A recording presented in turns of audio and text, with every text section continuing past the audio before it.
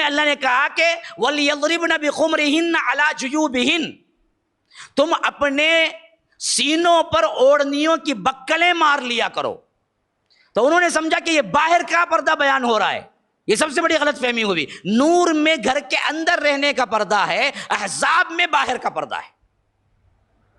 یہ سمجھنے میں بڑی ٹھوکر کھائی آج کے جید علماء بھی، جو بہت سے کیا ہے نقاب اتارنے کا حکم دے دیے، ڈاکٹر ذاکر نائک ہوں اور پی جے ہوں اور پتہ نہیں کون کون کیا ہیں، جو ماڈرن اسلام بنانے پہ تلے ہوئے ہیں، انہوں نے کہہ دیا کہ کیا ہے نقاب نہیں جی۔ اب اچھی اچھی بیچاریاں جو نقاب پہنتی تھی نا، وہ بھی ان کے کہنے میں آ کے نقاب چھوڑ دی۔ میرے پاس ایک بچی پڑھنے میں، ان کی ماں نقاب کرتی تھی، بیٹی نہیں کرتی تھی۔ میرے طالبہ بن کے آئی تھی تو انہوں نے کہا تھا کہ یہ بچی ضد پکڑ کے بیٹھی ہوئی ہے کہ میں ذاکر نائک کی بات مانتی ہوں، ذاکر نائک نے کیا ہے نقاب کو نہیں کہا ہے۔ میں نے اسے سمجھایا، جس آیت کو لے کے وہ نقاب نہیں کہتے ہیں، یہ گھر کے اندر کا پردہ ہے۔ دوپٹہ ڈالنا جو ہے نا وہ گھر کے اندر ہے۔ ماں باپ کے علاوہ بھائی بہن ہوں گے، کوئی بھی آتا جاتا ہوگا، ان سب کے لحاظ سے بھائی کے سامنے بھی دوپٹہ ڈال کے رہنا۔ اسی لیے کہا کہ وَلْيَضْرِبْنَ بِخُمُرِهِنَّ عَلَى جُيُوبِهِنَّ، اپنے سینوں پر اپنی اوڑھنیوں کی بکلیں مار لیا کریں۔ بکل کیسے؟ یوں ڈال کے کس کے بند لو اوڑھنی کو، پورا سینہ چھپ جائے اور یہاں کس کے بند لو۔ کہاں؟ خاص جو محرم ہے، بھائی ہے، باپ ہے، خاص ماموں ہیں، چچا ہیں، خاص لوگ ہیں نا، اس میں بھی اگر بالغہ ہو گئی تو بغیر دوپٹے کے نہیں پھرنا چاہیے۔ دوپٹہ ڈال کے گھر کے اندر بکل مار لیا کرو۔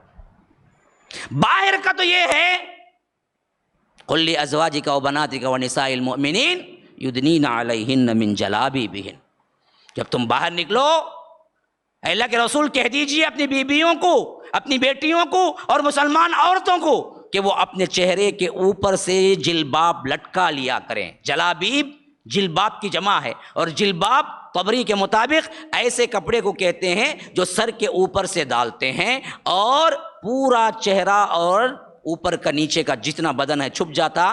ہاں، چلنے کے لحاظ سے جو دیکھنا ہوتا وہ آپ یوں کر کے دیکھ لے سکتے ہیں، یوں جلباب یوں پڑا ہوا ہے۔ آپ پوچھیں گے اس زمانے میں کیا نقاب تھا کیا؟